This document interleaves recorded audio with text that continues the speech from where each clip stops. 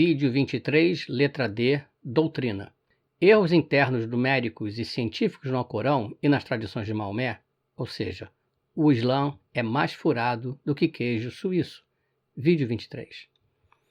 A questão toda é a seguinte: se muçulmanos correm para apagar, esconder ou reinterpretar o que existe de ilógico e inconsistente, ou seja, errado, no Alcorão e na Suna, tradições de Maomé, quando isso é vexaminoso para eles, por que eles não reinterpretam as passagens relativas às mulheres, às punições desumanas, à jihad e ao tratamento dos não-muçulmanos?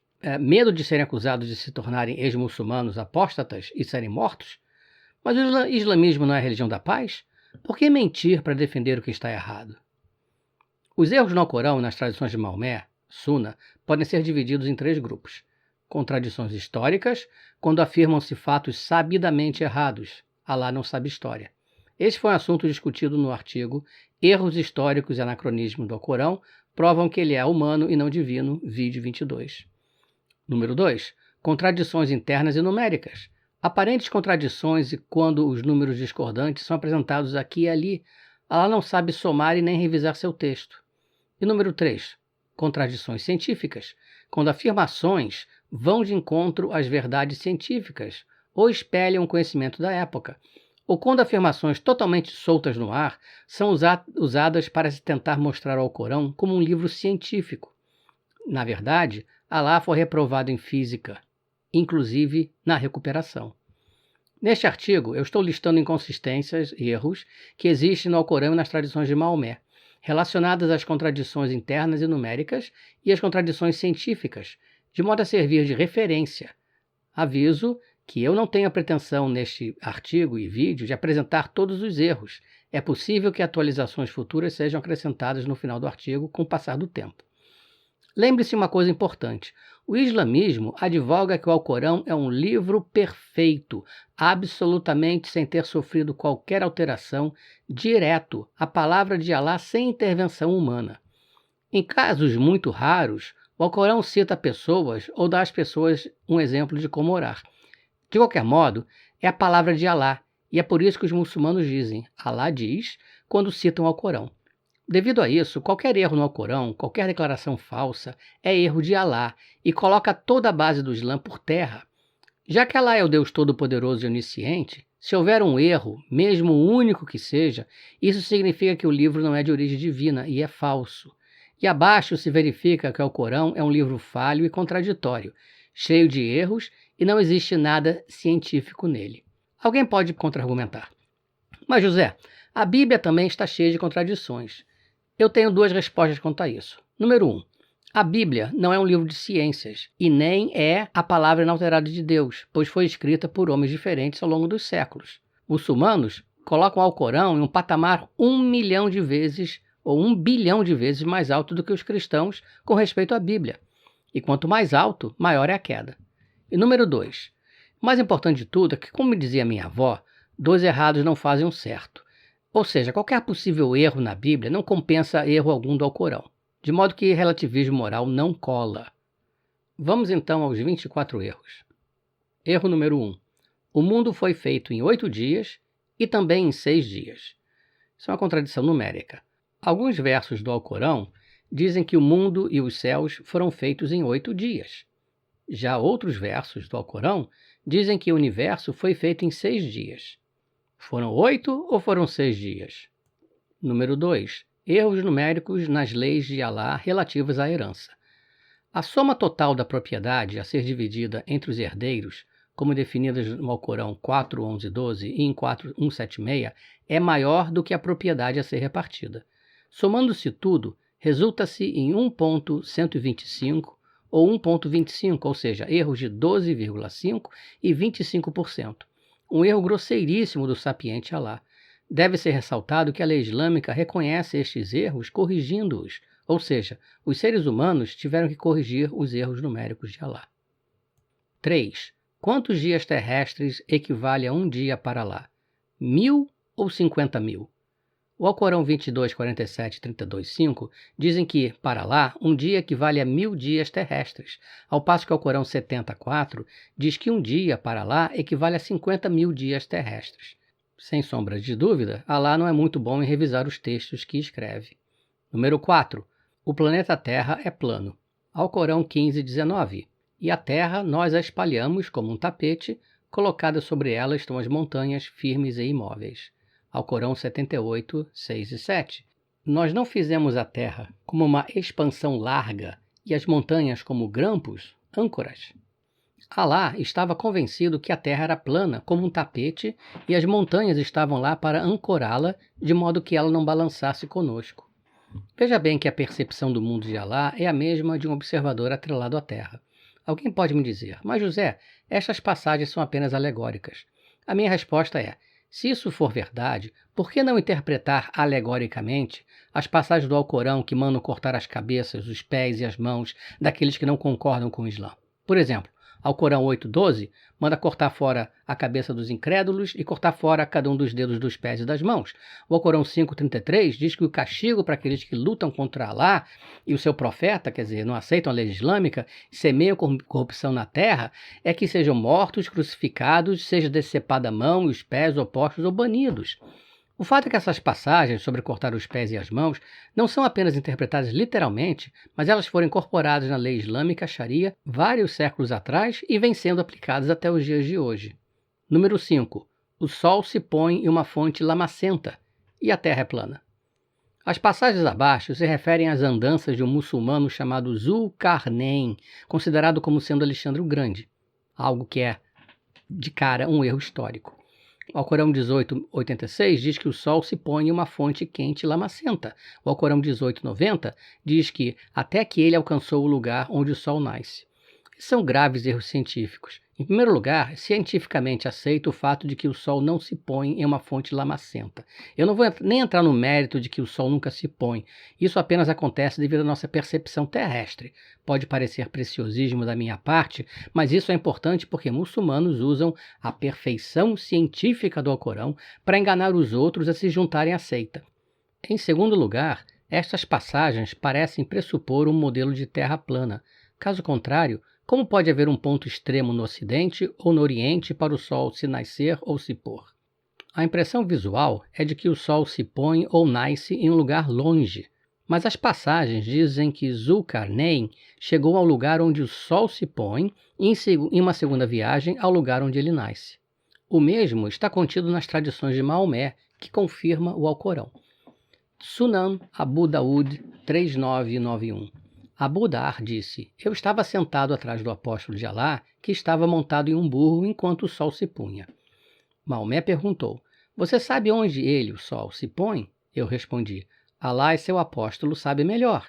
Maomé disse, o sol se põe em uma fonte de água quente. Muçulmanos dizem que o Alcorão 18:86, na verdade, quer dizer é que o sol parece se pôr em uma fonte quente lamacenta, como que representando a vermelhidão do pôr do sol. Na verdade, isso é uma nova interpretação, pois tanto Alá como Maomé dizem claramente onde o sol se põe. Mas se a questão pode ser resolvida com uma reinterpretação, por que os muçulmanos não reinterpretam o verso da espada, que abroga 119 versos, abre aspas, pacíficos, fecha aspas, do Alcorão? Erro número 6. O sol tem um local de descanso e pede permissão de Alá diariamente para nascer. Alcorão 36:38, e o sol corre para uma morada pertencente a ele. Essa é a determinação do Todo-Poderoso, do Onisciente. Alcorão 36:39, e para a lua nós nomeamos mansões até ela voltar como uma velha folha de palmeira atrofiada. Alcorão 36:40, não é para o sol ultrapassar a lua, nem a noite ultrapassar o dia. Eles flutuam cada um em sua órbita. Alá, por favor, me diga, como o Sol e a Lua podem colidir, se encontrar ou ultrapassar uns aos outros? O Sol e a Lua não são vizinhos. Existe uma resposta para esse erro. Alá, o alter ego de Maomé, viu através de observações a olho nu e a partir da Terra, o Sol e a Lua viajando de leste para oeste, aparentemente cobrindo a mesma área do céu no caminho, sem colidirem, causando o dia e a noite. Estando preso à Terra e sem ter tido educação, Alá dificilmente poderia imaginar que esses fenômenos fossem devidos à rotação da Terra. O Sol está parado em relação à Terra porque a Terra está presa na gravidade do Sol, do mesmo modo que estamos presos à gravidade da Terra. Alá nunca disse em qualquer lugar do Alcorão sobre o movimento de rotação da Terra. Afinal, Alá está preso a ela. Tem mais. Um lugar de descanso para o Sol foi confirmado por hadices, por exemplo, o hadice autêntico de Bukhari 3199. Neste hadice, Maomé descreve para onde o Sol vai na hora do pôr do Sol. Ele disse: vai, ou seja, viaja, até que se proste debaixo do trono e receba permissão para se levantar novamente. E é permitido. O Sol pede permissão para lá, para nascer novamente? Como seria isso? Considerando que o Sol está sempre nascendo em alguma parte do planeta devido à sua rotação, Alá consome todo o seu tempo dando permissão ao Sol a cada instante. Que livro científico maravilhoso! E repare o modelo da Terra plana novamente implícito nesta passagem. Tudo isso nada mais é do que crenças supersticiosas de povos antigos refletidas no Alcorão e nos hadices. E só por curiosidade, Maomé tinha medo de eclipses. Ele não poderia entendê-lo, já que Alá disse que a lua segue o sol e eles não podem se ultrapassar. Sahih Bukhari, narrado por Abu Bakra: estávamos com o apóstolo de Alá quando o sol eclipsou. O apóstolo de Alá levantou-se arrastando sua capa até entrar na mesquita. Ele nos conduziu em uma oração de 2 rakat até que o sol eclipse se dissipasse. Então o profeta disse: o sol e a lua não eclipsam por causa da morte de alguém. Então, sempre que você vir esses eclipses, ore e invoque Alá até que o eclipse termine. Número 7. Alá acha que o sol orbita em torno da Terra. Alcorão 31:29. Não vês que Alá mescla a noite com o dia e o dia com a noite, que ele sujeitou o sol e a lua à sua lei, cada um seguindo o seu curso por um período de tempo designado? Alcorão 21:33. É ele quem criou a noite e o dia, e o sol e a lua, cada um deles nadando, flutuando em seu próprio curso. Estes versos são usados por apologistas islâmicos, sheiks e imames desonestos para dizerem que o Alcorão falou sobre o movimento do Sol no sistema solar há 1400 anos, algo que a ciência moderna só teria descoberto recentemente. Mas que movimento do Sol estes versos sugerem? Que o Sol leva 225 milhões de anos para fazer um círculo completo com respeito ao baricentro do nosso sistema solar? Onde? Na verdade, o que esses versos confirmam é a visão topocêntrica de Alá, em pé no deserto árabe, vendo muito bem que todas as manhãs o Sol está surgindo no leste, se movendo gradualmente ao longo do dia e se pondo no oeste, e como resultado, o dia e a noite. Para lá, o Sol está se movendo, sim, mas ao redor da Terra. Este conhecimento errado, Sol orbitando a Terra, é de pessoas pré-históricas. Existem mais menções sobre o Sol orbitando a Terra em diversas outras suratas. Número 8. Quem foi criado primeiro, a Terra ou o firmamento? E que negócio é esse de 7 céus e 7 terras? Quem foi criado primeiro, a Terra ou o firmamento? No Alcorão 2:29, Alá diz que criou a Terra primeiro. No Alcorão 79:27-30, Alá disse que ele criou a Terra por último. Seria este mais um erro do editor do Alcorão? Se o Alcorão fosse perfeito, essas contradições não existiriam. E que história é essa de 7 céus? Isso não existe. O céu não é uma cobertura sobre nós, mas apenas um espaço sem limite conhecido. Estes versos apenas reforçam a ideia antiga do céu sendo uma cobertura, um telhado sobre nós. Além do mais, como veremos, Alá diz que a lua está dentro dos 7 céus, sendo que as estrelas estão no primeiro céu, mais próximo. Dentro deste modelo, as estrelas estão mais próximas da Terra do que da Lua.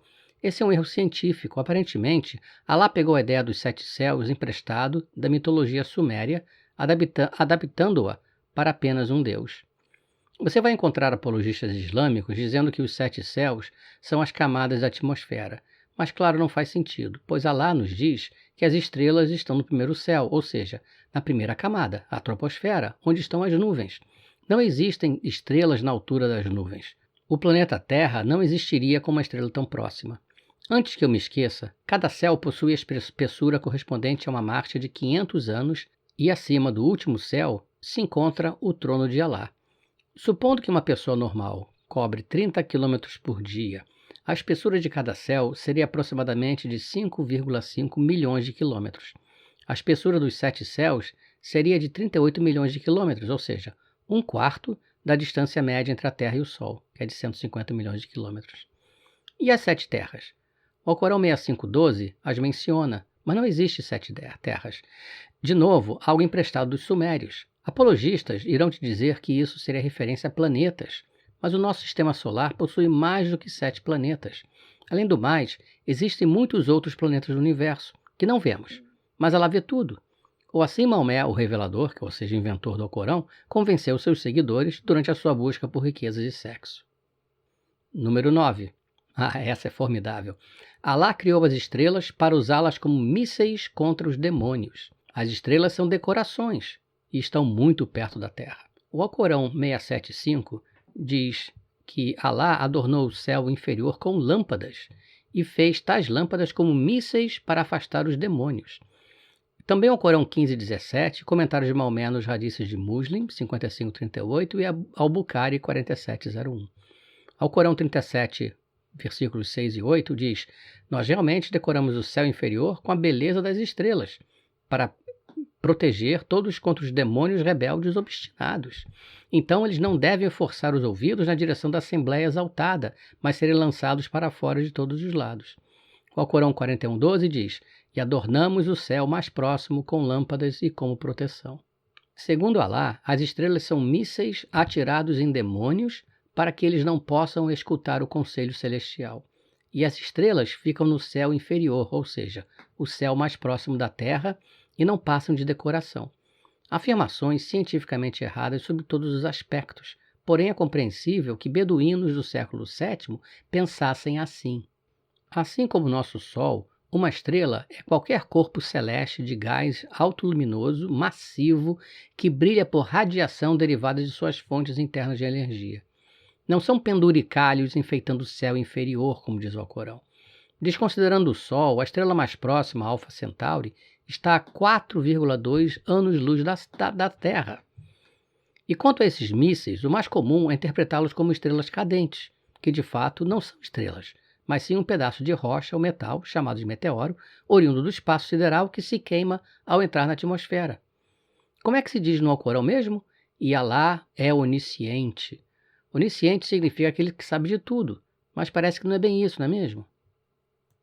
Número 10. O céu é um telhado ou uma cobertura sobre a terra. As montanhas impedem terremotos.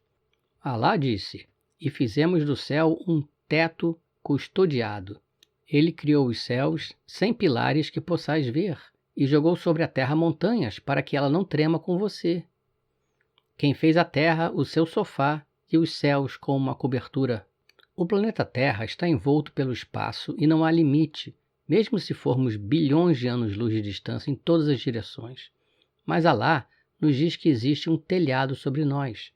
Não seria esta uma percepção de alguém no deserto, sentado em um sofá e olhando para cima? E as montanhas existem para impedir que a terra trema? Se fosse assim, não existiriam terremotos. O Alcorão continua com a ideia do céu como um telhado. E os céus serão quebrados como se houvessem portas, quando o céu se fender. E o céu será fendido, pois vai ser frágil naquele dia, quando as estrelas caem, perdendo o seu brilho.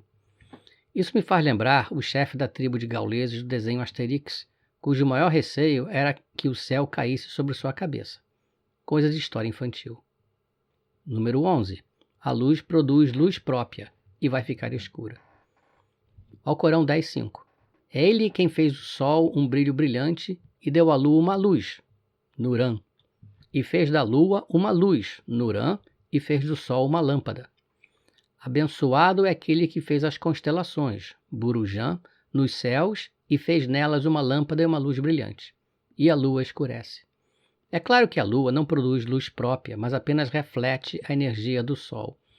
O termo em árabe é Nurã, que significa luz, e que é traduzido como tal, luz, em diversos outros trechos do Alcorão. Aparece em algumas traduções como luz refletida. Seria isso uma forma de editar o texto por parte dos tradutores para minimizar o estrago? Será isso então taquia? Os tradutores estariam mentindo para avançar a causa do islamismo? Número 12. A lua foi dividida em 2. Mas apenas Maomé viu este evento astronômico. Alcorão 54:1. A hora se aproximou e a lua se partiu em 2. Esse foi um sinal precursor do fim do mundo, mas já se passaram 1400 anos e nada. A Lua nunca se partiu em dois. Tal evento teria sido um evento marcante, mas não existe registro algum, nem mesmo dos romanos, gregos, indianos, chineses, persas, civilizações que mantinham registros escritos. Apenas o Alcorão é que veio com essa sandice. Alguns muçulmanos chegam a afirmar que fotos da NASA mostravam uma fenda na Lua, resultado da sua redivisão em dois.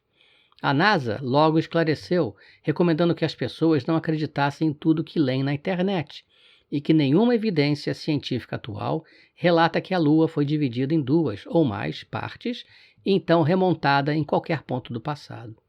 Número 13. Os não muçulmanos têm 7 intestinos. Isso vem da Sunna, a tradição de Maomé, conforme a coleção de hadices autênticos compilados por Muslim, livro 23, capítulo 32, número 5113. Muçulmanos irão minimizar isso inventando uma interpretação dizendo que quando a pessoa se torna muçulmana, ela come menos. É como se não existisse muçulmano gordo ou com peso acima do normal. Ou então existe um milagre. Quando o não muçulmano se torna muçulmano, ele perde 6 dos seus 7 intestinos. Erro número 14. O esperma é formado entre os rins e as costas, e não nos testículos.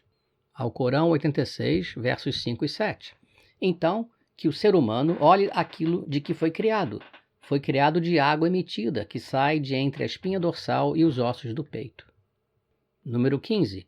De que modo o ser humano foi formado? A partir do que o homem foi criado de acordo com o Alcorão. Existem pelo menos 60 versos que tratam explicitamente da reprodução e do desenvolvimento humanos, mas eles estão espalhados por todo o Alcorão e muitos dos temas são repetidos continuamente, como é comum a grande parte deste livro. Um lugar útil para começar seria o material com o qual fomos criados. Seria de se esperar que o Alcorão fosse inequívoco sobre um assunto tão elementar, mas os versículos listados mostram quanta incerteza parece haver em nossas origens. Alcorão 11:61 diz que fomos criados da terra. Alcorão 15:26 diz que fomos criados do barro. Alcorão 19:67 diz que fomos criados do nada. Alcorão 3:59 diz que viemos do pó. Alcorão 21:30 diz que viemos da água. Alcorão 16:04 diz que viemos da gota de fluido, sêmen, semente ao esperma. Alcorão 23:14, 75, 39 e 96:2 diz que o ser humano foi criado a partir de um coágulo de sangue. Onde está o óvulo? Onde está o processo de fertilização? A mulher não participa disso. Alá estava tão confuso sobre a criação que ele não conseguia sequer lembrar o que tinha feito e saiu atirando para todos os lados. Algum tiro pode acertar. Errou todos. Apologistas islâmicos fazem o maior malabarismo para tentar conciliar tudo isso, mas eles falham miseravelmente. 16. O homem foi criado a partir de sangue coagulado. Em 3 versos, Alá diz isso. Em um deles, 23:14, ele diz: em seguida, moldamos a gota de sêmen em um coágulo de sangue solidificado, então moldou nós, o coágulo, um pequeno caroço, feto, moldou nós o pequeno caroço em ossos, então revestiu os ossos com carne, então produziu outra criação. Existem problemas científicos muito sérios que, mais uma vez, indicam que o Alcorão se baseia em observações humanas sem base científica, e, neste caso, em conhecimentos antigos, anteriores à época de Maomé. O sangue coagulado não cresce para formar algo. Essa ideia veio dos gregos. Aristóteles acreditava erroneamente que os seres humanos eram originados da ação do sêmen masculino sobre o sangue menstrual feminino. A asserção do Alcorão sobre o desenvolvimento humano é totalmente errada. Não existe estágio algum no desenvolvimento embrionário quando o embrião consiste em um coágulo. A única hora na qual o embrião pode aparecer como um coágulo é durante um aborto natural, quando o sangue coagulado que emerge está solidificado e sem vida. Deste modo, mesmo quando o embrião se parece como um coágulo, ele está morto e não se desenvolve como um ser humano.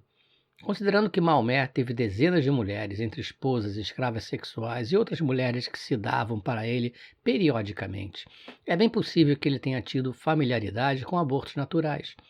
Enquanto que o Alcorão descreve o crescimento do embrião humano em 4 estágios, coincidindo com a descrição galênica de Galen, a ciência moderna nos afirma que o desenvolvimento é contínuo. Igualmente errado a afirmação de que os ossos são criados e depois revestidos de carne humana. A embriologia moderna nos diz que os ossos e músculos são formados a partir do mesmo tecido, mesoderma. Deste modo, ossos e músculos se desenvolvem simultaneamente e não um depois do outro, como o Alcorão afirma.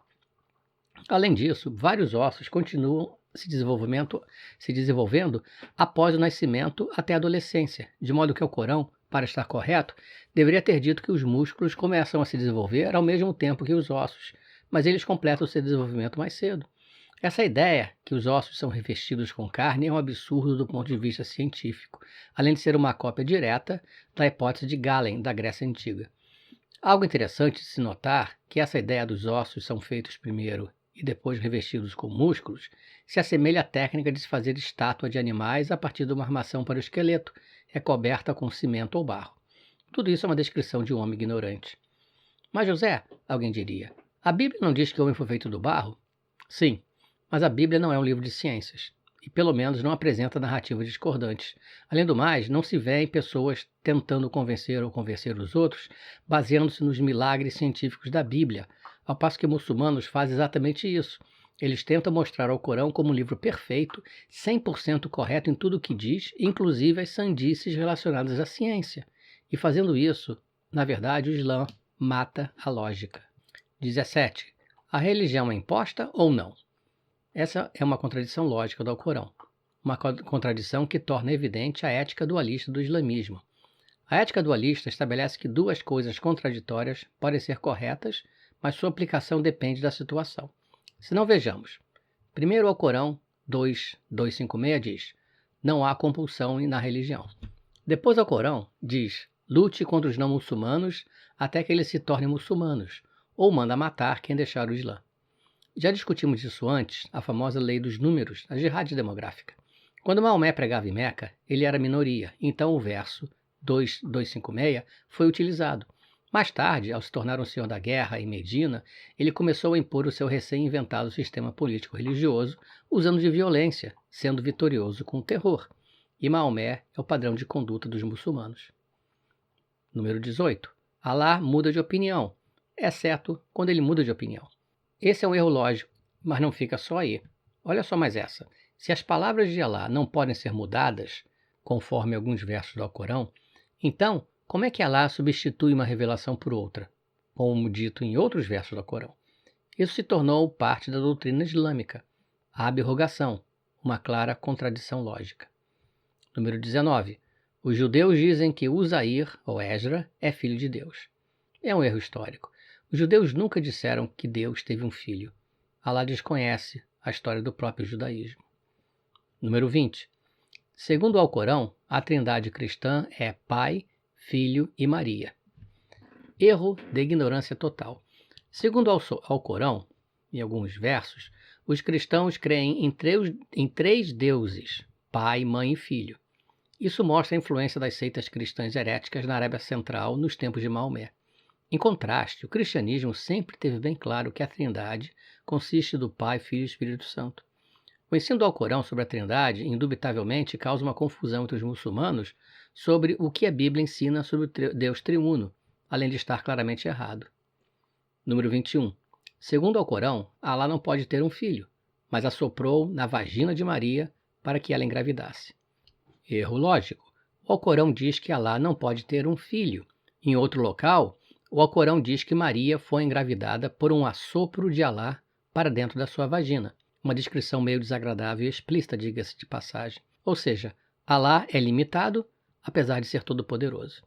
Alcorão 6:101 e 39:4 diz que se Alá quisesse escolher um filho, ele poderia ter escolhido o que ele faria daquilo que ele criou. O Alcorão 66:12 diz: e Maria, a filha de Amram, que guardava sua vagina, e nós a respiramos com nosso espírito. 22. Toda a vida está em comunidades. O Alcorão 6:38 diz que todos os seres vivos estão em comunidades como vocês. Isso não é verdade, pois existem animais que vivem sozinhos, tais como ursos e leopardos. Apologistas dizem que neste verso, A palavra comunidades, umamun, deve ser reinterpretada para significar espécies.